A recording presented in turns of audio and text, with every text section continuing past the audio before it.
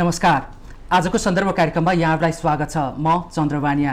दर्शकवृन्द, आज हामी शैक्षिक मुद्दाको बारेमा बहस गर्नेछौँ। अहिले लकडाउन जारी छ र यो लकडाउनमा सम्पूर्ण पठन पाठन अहिले ठप्प रहेको छ र सम्पूर्ण विद्यार्थी झन्डै 92 लाख विद्यार्थी अहिले घरभित्रै बस्न बाध्य रहेका छन्। शैक्षिक सङ्घ संस्थाहरू ठप्प रहेकोले पठन पाठन नभएपछि यो हुनु स्वाभाविक पनि हो। खोलौँ कोरोनाको सङ्क्रमण हुने डर अनि लकडाउन उल्लङ्घनको आरोप, नखोलौँ विद्यार्थीहरूको पढाइ अहिले दिनदिनै पछाडि परिरहेको छ र बिग्रिरहेको अवस्था छ।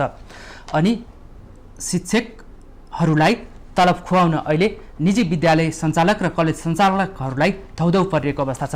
यो बेलामा अहिले सरकारले भनिरहेको छ यो अवस्थामा पठन पाठन नगर र नपढाएको अवधिको शुल्क पनि नउठाऊ भनेर सरकारले पटक पटक निर्देशन गरिरहेको छ। तर शैक्षिक सङ्घ संस्थाहरू पूर्ण रूपमा ठप्प रहेको र पठन पाठन नहुँदा पनि निजी विद्यालय सञ्चालकहरू प्याप्सन र एनप्याप्सन अहिले विद्यार्थी र अभिभावकलाई एउटा उर्दी जारी गरिरहेका छन्। तत्काल फी बुझाऊ र शिक्षकहरूलाई तलब खुवाउन सहयोग गर भनेर यो विज्ञप्ति नै जारी गरेर एनप्याप्सन र प्याप्सनले भनिरहेका छन् र यसमा शिक्षा मन्त्रालयले कडा आपत्ति जनाइरहेको छ।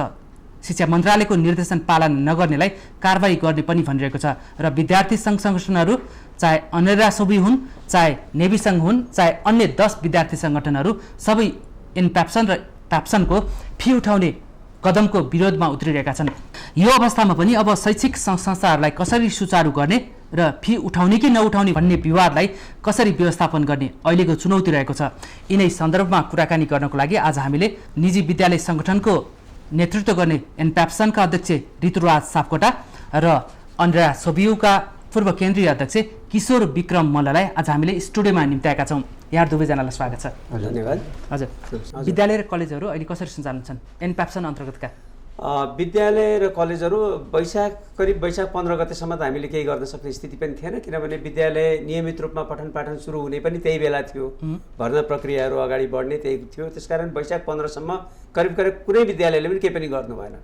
तर वैशाख 15 गतेपछि चाहिँ जो चाहिँ अलिकति अभिभावकको सम्पर्कमा हुन सक्नुभयो, बालबालिकाको सम्पर्कमा हुन सक्नुभयो, उहाँहरूले चाहिँ कुनै न कुनै किसिमले शैक्षिक गतिविधिसँग जोड्नुपर्छ। यद्यपि त्यो बेलामा शैक्षिक गतिविधिसँग जोड्ने अथवा पठन पाठन सुरु गर्ने अथवा पाठ्यक्रमसँग जोडेर विषयहरू पस्किने भन्दा पनि इङ्गेज गर्ने, बालबालिकाको मनस्थितिलाई थप बिग्रिन नदिनलाई, बाल मनोविज्ञानलाई पनि त एड्रेस गर्नुपर्छ।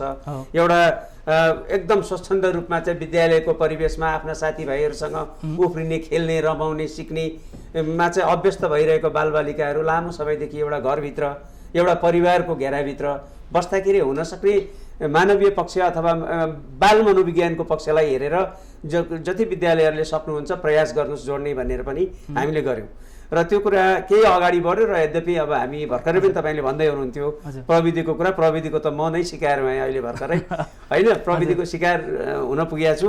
त्यसैले गर्दा हामीले चाहिँ कसरी हुन्छ बालबालिकालाई जोड्नको विकल्प छैन। केही न केही रूपमा अहिले तपाईँ मातहतका विद्यालयहरू चलिरहेका छन्, विद्यालय इङ्गेज गराइरहेका छन्। इङ्गेज गराइरहेछौँ, किनभने त्यसमा दुई किसिमको हुन्छ। एउटा अनलाइन प्रविधि पनि भयो, त्यस्तै कि अनलाइन प्रविधिले जोड्न नसक्दा हामीले अफलाइन प्रविधि पनि अप्नाएका छौँ।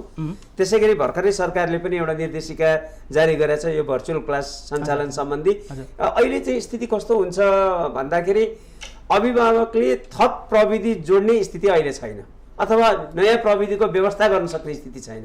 अहिले हाम्रो सोच कतातिर ड्रिभेन हुनपर्छ अथवा कतातिर गाइडेड हुनपर्छ भन्दा को अभिभावकसँग आफ्नो बालबालिकालाई दिन सक्ने के प्रविधि उपयुक्त छ त्यही प्रविधिसँग जोड्ने हो कि। त्यसले गर्दाखेरि सरकारले पनि 5 वटा तहमा चाहिँ विद्यार्थीहरूलाई बाँडेर जोसँग एफएम रेडियो छ एफएम रेडियोमै पुगौँ, जोसँग टेलिफोन मात्रै हुन्छ भने कमसेकम विद्यार्थीलाई चाहिँ शिक्षकले संवाद गरेर पनि केही कुरा चाहिँ दिन सक्ने कुराहरू, केही क्रियाकलापमा संलग्न गराउने कुराहरू हुन्छन्। त्यसले गर्दा हामीले पनि हाम्रा सदस्य विद्यालयहरूलाई चाहिँ यसरी क्याटेगोराइज गरौँ। सबभन्दा पहिला कलेक्सन गरौँ, डेटा कलेक्सन गरौँ कोसँग के छ भनेर, अनि त्यही किसिमको चाहिँ अफलाइन र अनलाइन रिसोर्सेसहरू बजारमा पनि उपलब्ध छन् र कयौँ सेवा प्रदायकहरूले यसलाई चाहिँ अहिले चाहिँ यो असहज अवस्थामा चाहिँ निःशुल्क पनि दिइरहनु भएको छ भने ती कुराहरू त्यस्ता स्टफहरूलाई चाहिँ हामीले हारेर चाहिँ कमसेकम बालबालिकालाई जोड्ने काम चाहिँ गरिएको छ। अहिले भइरहेको छैन भनेपछि प्याप्सन र एनप्याप्सनमा त अहिले कति विद्यार्थीहरू सञ्चालित छन्? अहिले 6500 हजुर, टोटलमा सामुदायिक समेत गरेर 34,000 हजुर हजुर। अब मलाई चाहिँ जस्तो अहिले तपाईँलाई विद्यालय सञ्चालन गर्न चाहिँ कोरोना सङ्क्रमण फैलिन नपाओस् भनेर सरकारले लकडाउन गरेको कारण चाहिँ चलाउन गाह्रो छ या चाहिँ अन्य कारण पनि केही गाह्रो छ अहिले विद्यालयहरू सञ्चालनको लागि? अहिले विद्यालय सञ्चालन गरिहाल्ने स्थिति छैन, किनभने भौतिक उपस्थितिमा विद्यालय सञ्चालन गर्नलाई त राज्यले नै निर्देशित गर्न पर्यो होइन, किनभने राज्य अनि हाम्रो अभिभावक मन्त्रालयले पनि फेरि चाहिँ अब शिक्षा विज्ञान तथा प्रविधि मन्त्रालयले पनि भनेर हुँदैन होला, मात्र भनेर हुँदैन होला, उसले पनि चाहिँ अब एउटा स्वास्थ्य सुरक्षासँग जोडिएको संवेदनशील विषय भएका कारणले यसलाई चाहिँ राज्यले अथवा भनौँ न प्रधानमन्त्रीज्यूकै कार्यालयबाट अथवा क्याबिनेटले जे डिसिजन गर्छ त्यो अनुसार मात्रै सम्भव होला।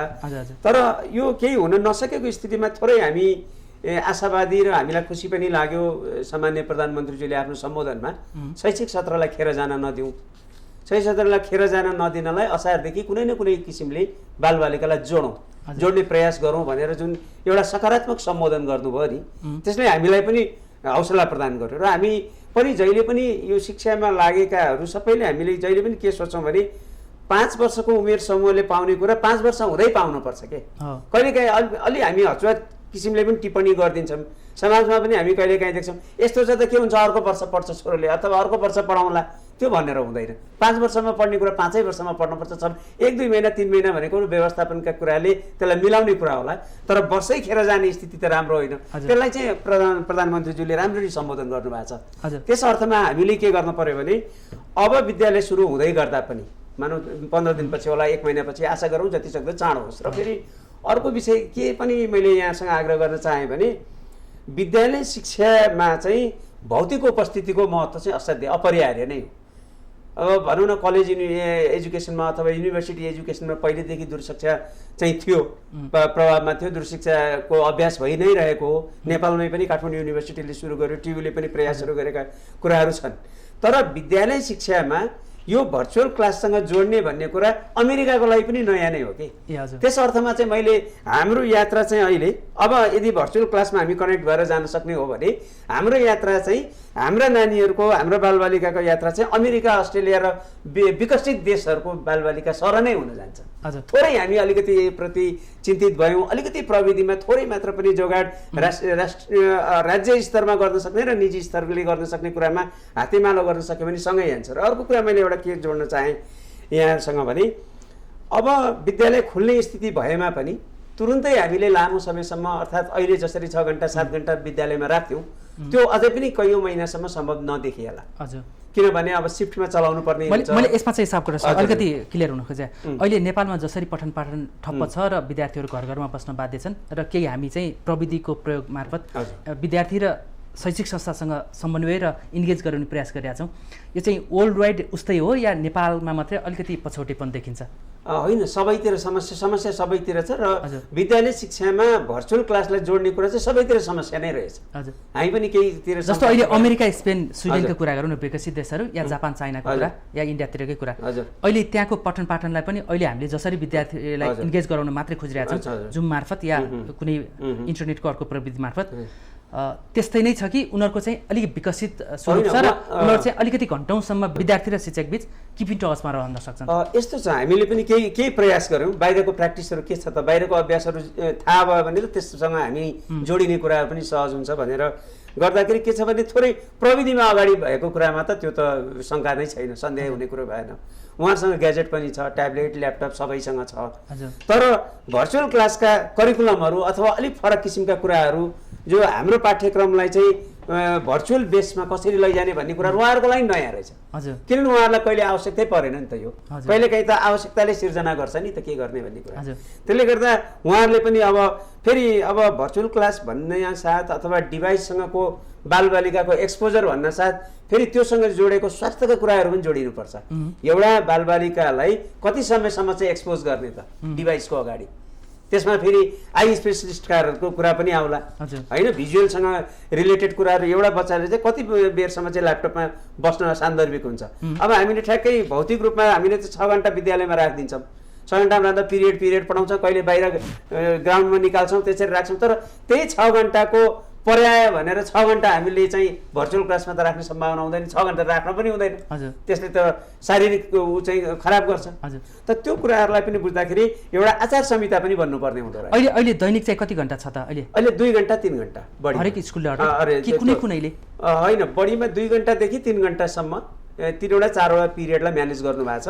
अहिले जुन 2-4 घण्टाले चाहिँ यो इन्गेज गराउने गरेको छ नि, यसले उनीहरूको पढाइ पुग्छ?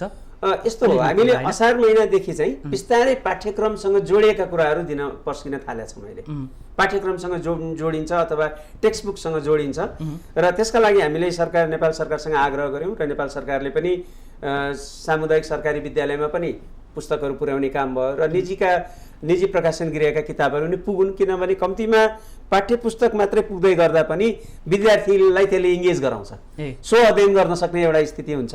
अहिलेसम्म हामीले भन्न त धेरै भन्छौँ, अब पाठ्य पुस्तक मात्रै सिकाएका कुरा होइन, ठिक छ त्यो मैले माने, तर आधार त पाठ्य पुस्तक हो त। हजुर, भनेपछि अहिले त्यतिले चाहिँ विद्यार्थी सन्तुष्ट छन्?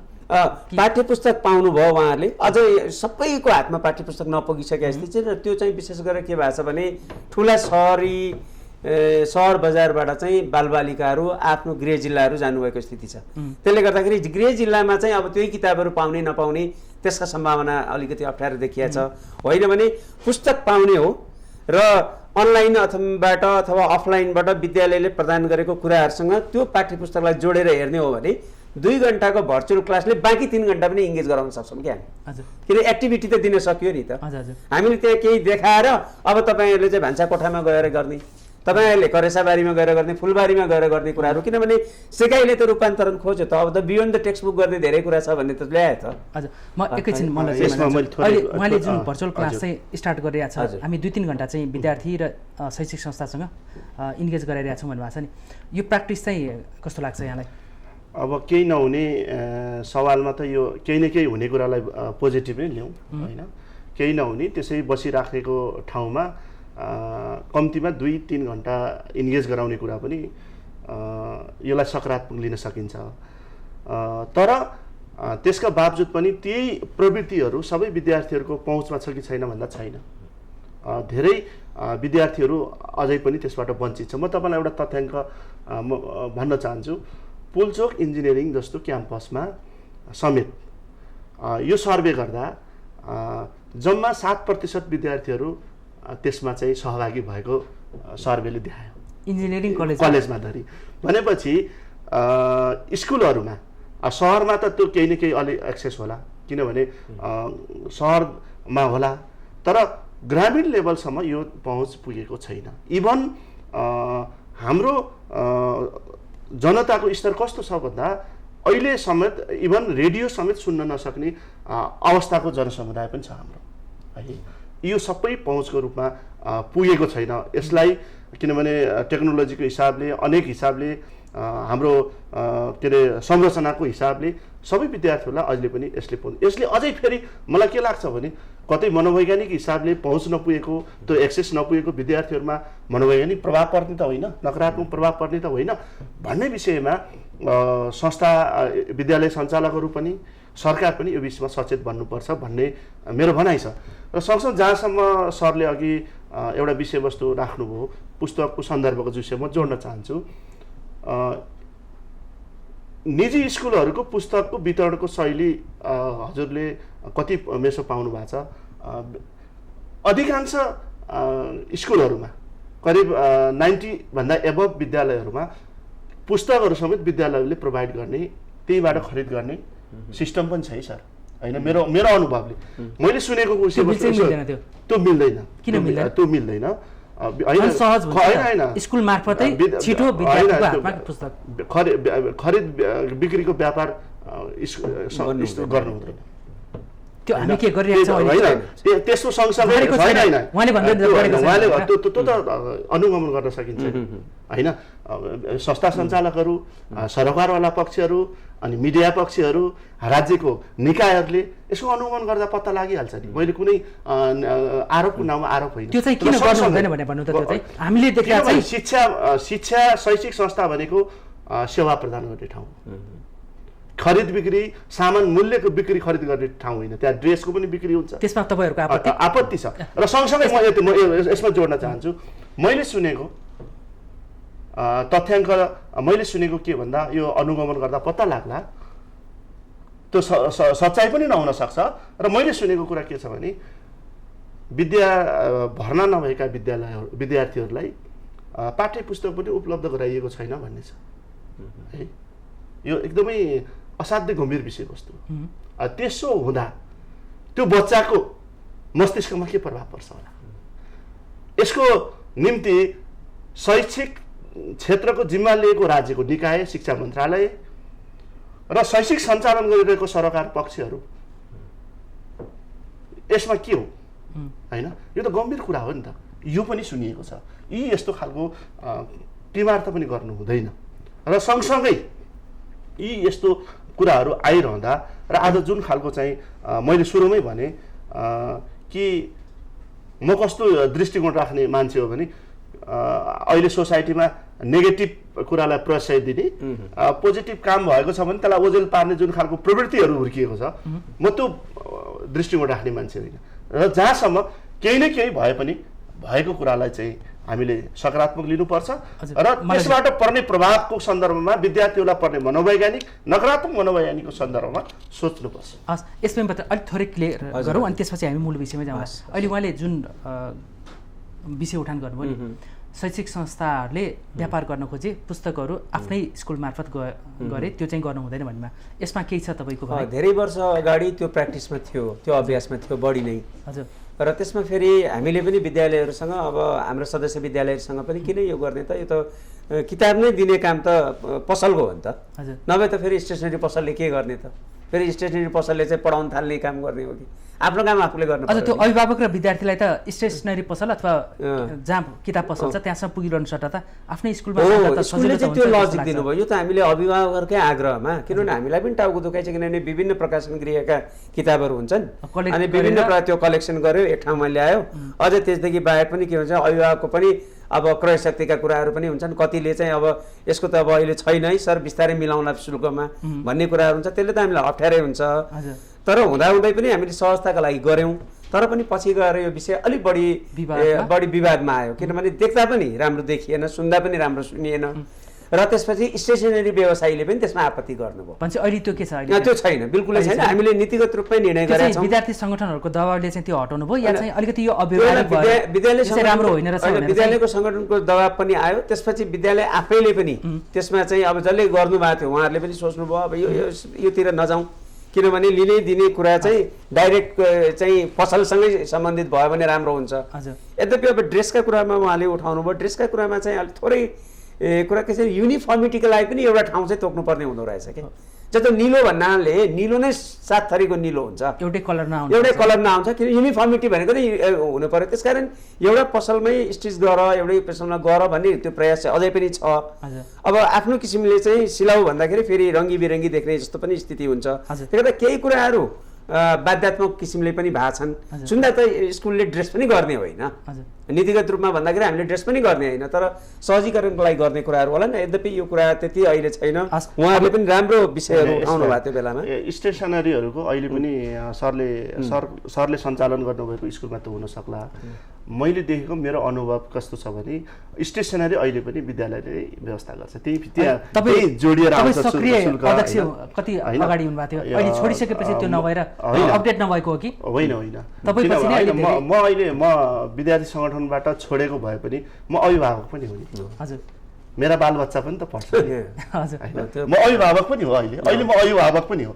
मैले पूर्व विद्यार्थी नेताको हैसियतले पनि मैले आफ्नो कुरा गर्ने र म एउटा चाहिँ अभिभावक पनि भएको हैसियतले देखिन्छ। अहिले कस्तो छ भन्दा विद्यालयको नामै प्रिन्ट भएका स्टेसनरीहरू त्यहाँबाट बिक्री हुन्छन् होइन? हुन्छ, अब यो विषयलाई यही अहिले पनि छ, अहिले छैन भन्दैछ अध्यक्षले। केही छ भने त्यो करेक्सन होस् भन्ने तपाईँ। अब हामी मूल विषयमै जान्छौँ। अब अहिले अहिलेपछिको साधारण अवस्थामा दैनिक 8 घण्टा जति 6 घण्टा जति पढाइ हुने ठाउँमा अहिले 2 घण्टा इन्गेज गराउनु गरेको छ, त्यो पर्याप्त होइन भन्ने छ होइन? अब मूल विषय जाउँ, जहाँ चाहिँ शिक्षा मन्त्रालयको सरोकार छ, क्याबिनेटको डिसिजनको सरोकार छ, विद्यार्थी सङ्गठनको सरोकारको छ, अभिभावकको सरोकार छ र विद्यार्थीहरूको सरोकार छ। त्यही विषयमा प्रवेश गर्छु। अब 3 महिना जति लगभग पठन पाठन छैन भन्ने छ, तपाईँहरूले पत्रचार गर्नुभयो अभिभावकहरूलाई, शुल्क बुझाउनुहोस्, शिक्षकहरूलाई तलब दिन पर्यो भनेर। अहिलेको सन्दर्भमा यो कति जायज छ, यसलाई कसरी पुष्टि गर्नुहुन्छ तपाईँ? यसलाई 2 किसिमले बुझ्न जरुरी छ। यो चाहिँ जब चैत्र 11 गतेदेखि लकडाउन सुरु भयो र हठात रूपमा चैत्र 5 गते हामीले सीको परीक्षा पनि रोक्यौँ। चैत्र 5 गतेसम्म परीक्षाहरू पनि सम्पन्न गर्नु भनेर जुन हाम्रो नियमित शैक्षिक सत्रलाई चाहिँ अगाडि तान्ने काम भयो, 15 दिन अगाडि तान्ने काम भयो। त्यो बाध्यात्मक थियो किनभने सरकारी आदेश पनि थियो, निर्देशन पनि थियो। त्यो बेलाको स्वास्थ्य सुरक्षाका कुरालाई लिएर राम्रै कुरा आयो भनेर हामीले त्यो कुरालाई स्वीकार्नुको विकल्प पनि थिएन। तर जब लकडाउन चाहिँ बढ्दै गयो, लकडाउन पहिलोपल्ट 10 दिनपछि बढेपछि हामी चाहिँ अब यो शैक्षिक सत्रलाई चाहिँ यसले अप्ठ्यारो पार्छ, शैक्षिक सत्रलाई चाहिँ समयमै सुरु हुन सक्दैन, वैशाखमा सुरु हुन सक्दैन। त्यो नहुँदाखेरि चाहिँ के हुन्छ भने धेरै कुराहरू शैक्षिक सत्रले गाँसेर ल्याउँछ क्या हजुरको, विशेष गरेर आर्थिक व्यवस्थापनका पक्षमा। किनभने विद्यालय नचल्दाको बखत पनि केही खर्चहरू चाहिँ त्यो कन्टिन्यू हुन्छन्, केही खर्चहरू नहुने कुराहरू छन्, तर केही खर्चहरू चाहिँ त्यो जहिले पनि भइ नै रहन्छन्। जस्तै शिक्षक कर्मचारी, त्यो खर्च व्यवस्थापनको लागि अब चाहिँ अभिभावकबाट पर्ने अवस्था आयो। त्यो होइन, त्यति बेलै हामीले वैशाखमा, किनभने त्यो त हामीलाई शिक्षक कर्मचारी प्रतिको दायित्वबोध त छँदैछ नि। हाम्रो शिक्षक कर्मचारीहरू त पार्ट टाइम पनि होइन, डेली वेजेस पनि होइन नि, उहाँहरू त संस्थासँग आबद्ध हो नि। संस्थासँग आबद्ध भएको नाताले उहाँले पाउनुपर्ने कुरामा विवादै भएन, उहाँलाई त्यो दिनुपर्छ भन्ने भयो। तर हामीले उठाउनु पर्ने एकमात्र शैक्षिक शुल्क हो, त्यो शुल्क लिने पनि आधार बनिराखेका छैन। किनभने बन्दाबन्दीको अवस्था छ, अभिभावकहरू आउन सक्ने स्थिति छैन। अभिभावकहरू, कतिपय अभिभावकहरू चाहिँ आफ्नो जागिरबाट चाहिँ विस्थापित हुने स्थिति बनेको छ। अनफर्चुनेटली त्यस्तो छ। कयौँले आफूले काम गरिरहेको ठाउँबाट तलब पाइरहनु भएको छैन। भनेपछि अब अभिभावकलाई माग्ने कुरा पनि सम्भव देखिँदैन। शिक्षक कर्मचारीप्रतिको दायित्वबाट पर जान पनि सकिन्न भनेर हामीले बेलैमै, यो चाहिँ बजेट बन्नुभन्दा धेरै अगाडिको कुरा थियो, हामीले हाम्रो अभिभावक मन्त्रालय, शिक्षा विज्ञान तथा प्रविधि मन्त्रालयमा गएर कमसेकम विद्यालयको 2-4 महिना चल्नलाई जति पुँजी चाहिन्छ त्यो पुँजी चाहिँ अलिकति सहुलियत किसिमले सरल किस्ताबन्दीमा 2 वर्षमा तिर्ने गरेर एउटा ब्याज उपलब्ध गराइदिउँ। त्यो विद्यालयले आफ्नो ग्यारेन्टीमा, आफ्नो कोलेटरलमा, धरौटीमा राखेर लिने कुरा छँदैछ। तर राज्यले एउटा नीति बनाइदिएर अप्ठ्यारो पर्ने स्कुलहरूका लागि 4-5 महिना 6 महिना चल्ने पैसा चाहिँ यसरी ल्याऊ र सञ्चालन गर। त्यसो गर्दा अभिभावकलाई पनि राहत हुन्छ, शिक्षक कर्मचारीलाई पनि अन्याय हुँदैन भनेर हामीले भन्यौँ। यो चाहिँ सरकारलाई सरकारलाई धेरै पटक भन्यौँ। के भन्नुभयो? तपाईँले सोध्न पनि सक्नुहुन्छ। सफ्ट लोन चाहिँ, सफ्ट लोन जस्तै कुनै स्कुलको 5 लाख रुपियाँले महिनाभरि खर्च धानिन्छ भने उहाँलाई 30 लाख चाहियो बढीमा। सरकारसँग त्यो माग गर्नुभयो? हामीले माग गर्यौँ। त्यो मागमा सरकारले के भन्यो? सरकारले के भन्यो? हुन्छ हामी यो अगाडि बढाउँछौँ। किनभने हामीले शिक्षा विज्ञान तथा प्रविधि मन्त्रालय माथातै जानु पर्यो नि त हामीले। अब हामीलाई थाहा छैन शिक्षा विज्ञान तथा प्रविधि मन्त्रालयले त्यसलाई सिफारिसको रूपमा लग्यो लगेन हामीले थाहा पाउने कुरो भएन। तर तपाईँको मागमा सम्बोधन भएन। अब तपाईँहरूको पत्राचार चाहिँ छ नि, अब अभिभावक र विद्यार्थीलाई जुन पत्राचार गर्नु यो अवधिको फी बुझाउ भनेर होइन, यो चाहिँ पूर्ण कार्यान्वयनमा हुनै पर्ने कि तपाईँहरूको आग्रह मात्रै हो? होइन, यो आग्रह हो। तपाईँको अपिल भनेकै नै त्यही हो। दुईटा कुरा छ। एउटा चाहिँ चैत्र मसान्तसम्म, किनभने चैत्र मसान्तसम्ममै पनि सबै शुल्कहरू उठ्न सकेनन्, किन फागुनमै परीक्षा सुरु गर्न पर्यो। अनि कतिपय अभिभावकहरूको तलब चाहिँ 5-7 गते आउने चैतको, अनि त्यसो भए चाहिँ उहाँले परीक्षा दिन बच्चालाई पठाउँदै गर्दा, बालबालिकालाई पठाउँदै गर्दा हामीले त्यो पैसै नआएको नाममा बालबालिकालाई रोक्ने त त्यो त्यतिसम्म गर्न सकिँदैन नि। त्यो गर्न पनि भएन, अपराध हुन्छ त्यो। त्यसो हुँदाले के भयो भने चैतसम्मै पनि विद्यालयप्रतिको दायित्व अभिभावकले निर्वाह गर्ने कुरा छुट्यो। ठुलो भोल्युममा त्यो पनि बाँकी नै छ। अनि हामीले के भन्यौँ भने अब अभिभावकहरूलाई, अभिभावकको पनि क्याटेगोरी छ हेर्नुहोस्। अब हामीले त अभिभावक सबैलाई एउटै देख्न पर्छ।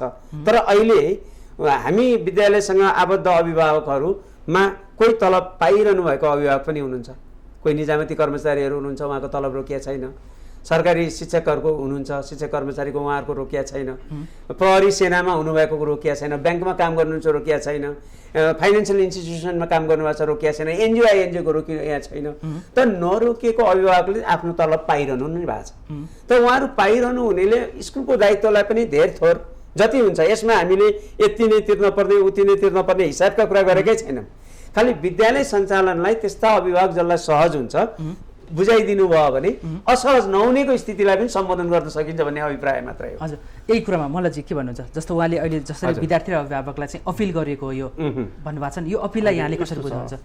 अपिललाई मैले के भन्छु भने वास्तवमा यो हामीले नसोचेको एउटा महामारी भयो। म के आग्रह गर्न चाहन्छु, के भन्न चाहन्छु भने यस्तै खालको महामारी 70 सालमा भूकम्प आउँदाखेरि पनि भएको 72मा भएको थियो होइन। त्यसले पनि एउटा हामीले शिक्षा लिनुपर्ने स्थिति हो होइन। र म के भन्न चाहन्छु भने पेप्सन एन्ड पेप्सन जस्तो एउटा जिम्मेवार अर्गनाइजेसनलाई कम्तीमा यस्ता खालका महामारीहरू आउँछन् हुन्छ मुलुकमा भन्ठानेर यत्रो रिपुटेड संस्थाले वैकल्पिक आफ्नो संस्थागत फन्डहरू किन कलेक्सन गर्न सक्नुहुन्न? मेरो एकदम गम्भीर प्रश्न छ। आज यस्तो पेन्डामिक भइरहेको बेला, यस्तो महामारी भइरहेको बेला अपिलै सम्म गर्ने कुराले तपाईँहरू त एउटा शैक्षिक क्षेत्रको यत्रो जिम्मेवार संस्थाका चाहिँ नि व्यक्तिहरूले, संस्थाका चाहिँ रिपुटेड पर्सनहरूले यस्तो खालको अपिलै गर्दाखेरि पनि कतै हामी सामाजिक उत्तरदायित्वबाट विमुख हुन खोजेको हो कि र घुमाउरो पाराले? किनभने यस्तो बेलामा तपाईँहरू चाहिँ समाजको सबभन्दा सचेत समुदाय होइन, यस्तो पेन्डामिक भइरहेको बेलामा हामीले त कम्तीमा विद्यार्थीहरूलाई कक्षा सञ्चालन नभइरहेको एकदमै विद्यालय र परिवार र विद्यार्थीहरूको बिचको सम्बन्ध टुटेको बेलामा हामीले सम्बन्ध जोडेका छौँ र हामी सम्बन्ध टुटाउँछौँ जबसम्म यस्तो खालको चाहिँ स्थिति र विद्यार्थीहरू झोला बोकेर नानीहरू गेट प्रवेश गरेर कक्षामा बसेर पढाइ हुने बेलासम्मको निम्ति हामीहरू तपाईँहरूसँग चाहिँ पैसा चाहिँ हामी कुरा गर्दैनौँ है भन्ने हिसाबले सेवा दिन सक्ने कुराको सामर्थ्य त तपाईँहरूले किन लिख्न सक्नुहुन्न? मेरो एकदम गम्भीर प्रश्न के यहाँ। यसले त सकारात्मक सन्देश जान्छ नि, तपाईँहरूको सबैले प्रशंसा गर्छ नि। यो कुराले मैले अघि नै भने कतै यो धमिलो पानीमा माछा मार्ने घुमाउरो पाराले फेरि पनि आफ्नो उद्देश्य पुरा गर्ने, शुल्क उठाउने कुराको यसले एउटा चाहिँ प्रतिबिम्ब गर्छ। र यस्तो बेलामा त मैले अघि नै भने शिक्षक आफ्नो शिक्षक कर्मचारीहरूलाई त्यो तपाईँहरूको चाहिँ मुनाफाबाट भएको संस्थाको मुनाफाबाट भएको संस्थाको निम्ति र देशमा यस्ता खालका भइपरि चिजहरू आइहाल्न सक्छ है, त्यति बेलाको अवस्थामा वैकल्पिक फन्डको व्यवस्था संस्थागत ढङ्गले तपाईँहरूले किन गर्नुभएको छैन? त्यहाँबाट सञ्चालन गर्न सकिन्छ यस्ता बेलाहरूमा। यो कुराको निम्ति कम्तीमा राज्यको निम्ति उदाहरणै बन्नु पर्यो यो संस्था भन्ने कुरा हो। यो ढङ्गबाट गर्नु पर्थ्यो र यो अहिले चाहिँ नि अपिलै गर्नुभएको छ भने पनि विगत लामो समयदेखि निजी विद्यालयहरूलाई, संस्था सञ्चालकहरूलाई लगाइएको आरोप, खेप्दै आइरहनु भएको आरोप फेरि कतै तपाईँहरूमा निरन्तरता दोहोरियो कि शिक्षामा व्यापारीकरणको कुरा गर्नुभयो, फेरि पनि व्यापार सुरु गर्न खोज्नुभयो। किनभने अहिले कुनै पनि होला केही निश्चित थोरै प्रतिशत जनसमुदायहरू यस्तो बेलामा नि सहज ढङ्गले पैसा तिर्न सक्ने स्थितिमा हुनुहुन्छ होला, तर फेरि पनि निजी स्कुलमा पनि एकदम मध्यम वर्गकै मजदुर गरेरै काम गरेरै पढाएका जनसमुदायहरू अझै पनि थुप्रो हुनुहुन्छ। हो यो सन्दर्भमा त्यहाँको कर्मचारीको व्यवस्थापनको निम्ति आज जुन बहाना बनाउनु भएको छ कर्मचारीको निम्ति, शिक्षकको तलबको निम्ति भन्ने, र म त के भन्छु भने शिक्षक कर्मचारीको निम्ति मात्रै होइन, तपाईँहरूकै अर्गनाइजेसनभित्र पनि ठुलो सङ्ख्यामा ठुलै प्रतिशत यस्ता महामारीहरू आउँदाखेरि आफ्नो संस्था नै कोल्याप्स हुनुपर्ने स्थितिमा नै भएको पनि हो। त्यो संस्थाको बचाउको निम्ति पनि यस्तो समस्याको सन्दर्भमा संस्थागत फन्डिङको व्यवस्थापन किन हो? प्याप्सनले किन गरेन? एनप्याप्सनले किन गरेन? राख्न सक्नुपर्छ र त्योबाट व्यवस्थापन गर्न सक्नुपर्छ भन्ने कुरा। राम्रो विषय उठाउनु भयो। यो विषय चाहिँ हामीले सरकारलाई पटक पटक फेरि पनि हामी फर्किनुपर्ने सरकारतिरै हुन्छ। त्यो फन्ड सरकारले बनाइदिनु होइन, सरकारले बनाउने भन्दा नि सरकारको ऐन जुन विद्यमान शिक्षा ऐन छ त्यो अन्तर्गत त्यो नियमावली छ। नियमावलीले चाहिँ तपाईँले हेर्नुभयो भने अब कसैले यदा कता एउटा दुइटाले गल्ती गर्दाखेरि एउटाले बिराउने शाखा पिराउने भन्छन् नि, त्यो कुरालाई हामी बाहिर राखौँ। किनभने एक्सेप्सन त जहाँ पनि हुन्छ, एक्सेप्सन कुन क्षेत्रमा छैन, बदमासी कुन क्षेत्रमा छैन। म भन्दिनँ हाम्रो क्षेत्रमा एकदमै सबैले चाहिँ राम्रै गर्नुभएको छ, कसैबाट चाहिँ त्रुटि हुन नजाउँ। अहिले जुन अप्सन देख्यो नि एक्स्ट्रा फन्ड केही छ भने आपतकालीन अवस्थामा अब एक्स्ट्रा फन्डको सम्भावनाले चाहिँ प्रयोगमा ल्याउन सक्छ कि सक्दैन? तपाईँले भन्नुभएकै कुरामा म जोड्दै थिएँ। शिक्षा ऐन र नियमावलीले शुल्क निर्धारण गरिदिन्छ। जुन बेला शुल्क निर्धारण गर्छ, शुल्क निर्धारण गरेको बेलामा नि हाम्रो सधैँ आग्रह के हुन्छ भने 10% त डेभलपमेन्ट फन्ड भनेर राखिदिनुहोस्, नभए विद्यालयले विकास कसरी गर्छ। अहिले शुल्क निर्धारणको आधारहरू तपाईँले हेर्नुभयो भने ठ्याक्कै के छ भने यसमा यति खर्च, यसमा यति खर्च, यसमा यति खर्च, अनि जति उठ्छ त्यति खर्च गर भनेको छ। अब त्यहाँ जम्मा गर्न नपाइने, जम्मा गर्ने प्रोभिजनै छैन। उहाँ सरले मुनाफा भन्नुभयो, होइन। अब त्यो गलत बाटोबाट मुनाफा गरिएछ भने त्यो कुरालाई मैले भन्न चाहिन्न। गलत हो कि सही हो चाहिँ थाहा छैन, तर तपाईँहरू चाहिँ मुनाफा त लिनु नै हुन्छ, तर त्यो मुनाफा चाहिँ शैक्षिक क्षेत्रको विकासको लागि भन्दा पनि जग्गा जमिन खडेरी र त्यस्तो छैन होला। तपाईँहरू त्यसको लागि चाहिँ परिचालन र प्रयोग भइरहेको छ। परबाट बसेर त्यस्तो देख्ला यस्तो हुन्छ कि यो तपाईँको अलिकति के छ भने कुनै न कुनै रूपलाई बालबालिकामा उदाहरण स्वरूप बस्नुपर्ने, उदाहरण योग्य बन्नुपर्ने हुनाले चाहिँ प्रिन्सिपलहरू टाइ लगाएर बस्नु होला, सफा भएर बस्नु होला, सक्दा एउटा गाडी पनि चढ्नु होला, मोटरसाइकल चढ्नु भयो होला। त्यो चाहिँ अब समाजमा सकि नसकी गरे प्रयासहरू हुन्थ्यो।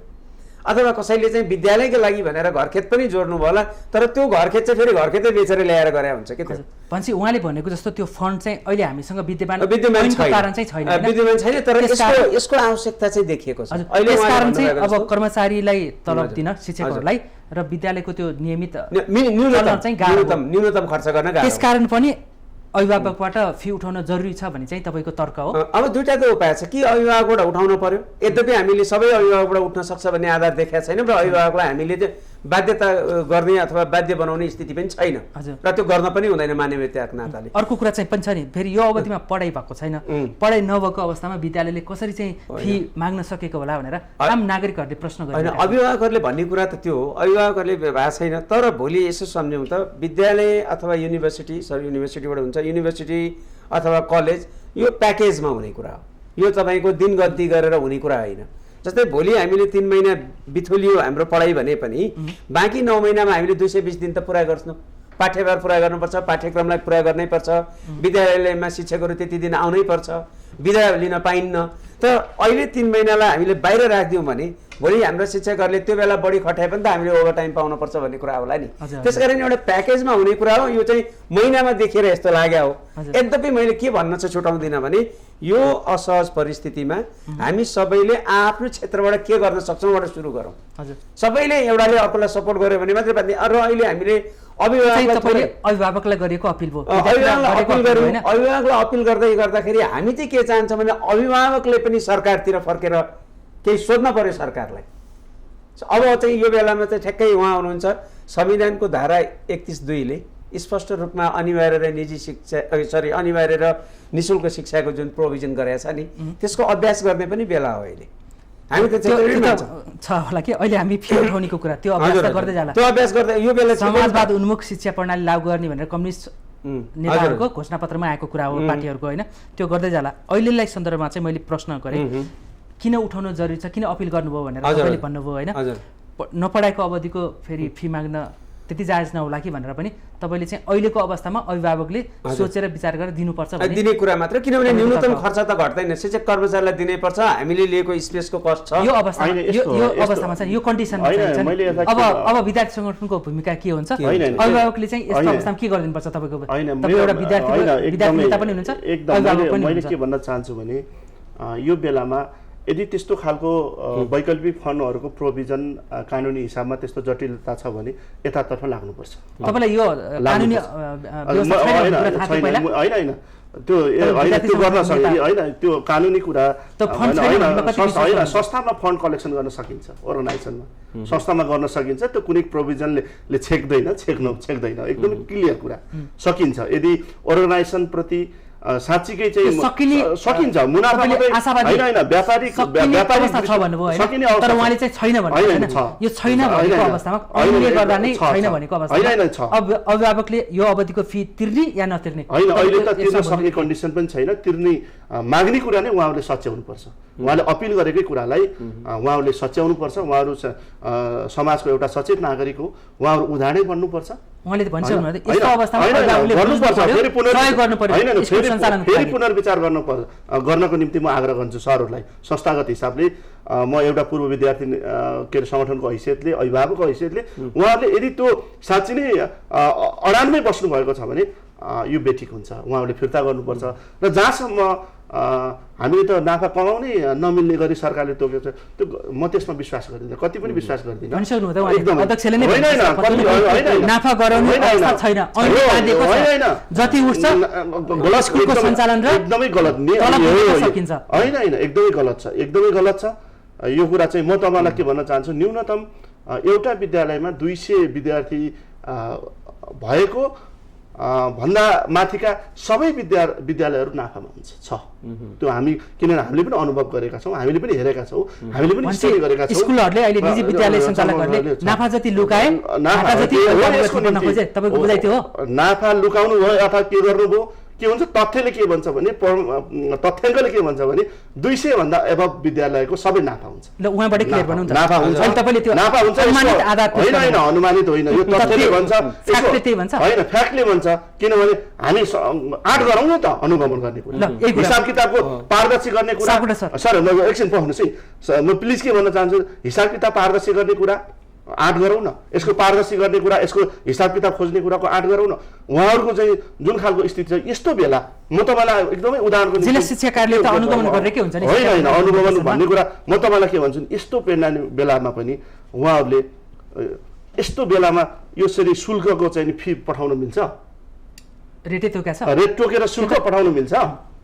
यस्तो बेलामा उहाँहरूले अपिल गर्ने कुराको म विश्वास गर्छु। मैले त्यस कारणले उहाँहरूले धमिलो पानीमा माछा मार्न खोज्नु भएको छ भनेको यो सबैबाट नउठ्न पनि सक्छ, यो हाम्रो अपिल मात्रै के यो बाध्यकारी हो? सुन्नुहोस्, यो एकदमै उहाँहरूले किन यसरी चाहिँ नि शुल्क पठाउनु भएको छ?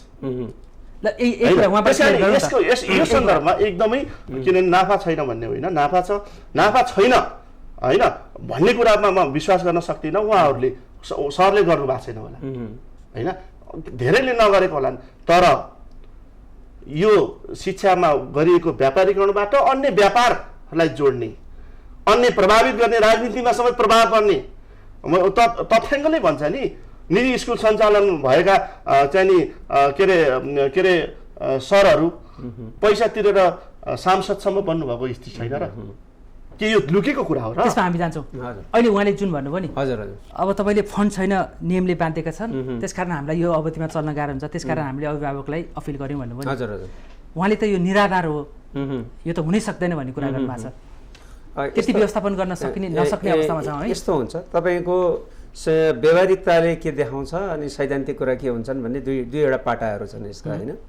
त तपाईँको मासिक शुल्कबाट तिमीहरूले 60% तलब भत्ता देऊ स्पष्ट छ। कसैले दिएको छैन भने त त्यो अनुगमन गर्ने, कारवाही गर्ने राज्यको कानुनले थुन्ने कुरा छँदैछ नि। र हामीलाई भन्दाखेरि हामीले पनि, किनभने ऐन नियमावली अन्तर्गत हो हामीले पनि एउटा संस्थाको चाहिँ मैले अध्यक्षको रूपमा पनि त्यो सदस्य विद्यालयलाई चाहिँ नसेट दिने, कारवाही गर्ने कुराहरू आउला। त्यसमा स्पष्ट रूपमा 60%ले तलब भत्ता देऊ, 20%ले घरबालतिर अनि ब्याङ्कको किस्तातिर, 20%ले सञ्चालन खर्च चलाऊ भन्नुभएको छ, स्पष्ट भनेको छ त्यसले। त्यसकै आधारमा अहिले त तोक्ने कुरा चाहिँ महानगरपालिका स्थानीय निकायलाई गयो, नभए एउटा चाहिँ शुल्क निर्धारण समिति बन्छ पहिलाको शिक्षा विभागमा, त्यसले एउटा आधार तय गरिदिन्छ अनि त्यसैको आधारमा सबैतिर शुल्क बनाइन्छ। र विशेष शुल्क लिनुपर्ने विद्यालयको हकमा पनि फेरि छ 2/3 अभिभावकको सहमति लिएर गर्न सक्ने भनेको एक-एकवटा चाहिँ ठाउँ चाहिँ बाटाहरू दिएको छ। अब त्यो विशेष शुल्क लिएर विशेष रूपमा बचाएको छ भने त्यो उहाँले भन्ने कुरा हो, त्यस्तो विद्यालय हो छ कुनै, त्यो पनि त 2/3 अभिभावकले छ कुनै कि छ नै, किन लुकाउनु पर्यो? त जब जायो भने किनभने निजी विद्यालय भने नाफा कमाउने हो, शिक्षा पनि दिने, नाफा पनि कमाउने हो। होइन, व्यवसायमा कस्तो हुन्छ भने व्यवसायमा यो नाफा भन्दा पनि अहिले एउटा सरप्लस भन्ने वर्ड चल्छ क्या। केही सरप्लस हुन्छ, केही काम गर्दा गर्दा केही बच्छ, त्यो बचेको कारणले गर्दा मैले जीवनयापन चलाउँछु होइन भन्ने कुरा नै हो। त्यसकारण अब 60%ले तलब भत्ता देऊ, 20%ले घरबाट र ब्याङ्कको किस्तातिर, 20%ले सञ्चालन खर्च गर भनेपछि अहिलेको स्थितिमा यो वैशाखदेखि नै हाम्रो त्यो 60+20 चाहिँ भएको भइसक्यो कि त त्यो 60% तलबको हक राख्ने शिक्षा कर्मचारीलाई दिन्न भन्न पर्यो, त्यो त सकिँदैन भन्नलाई।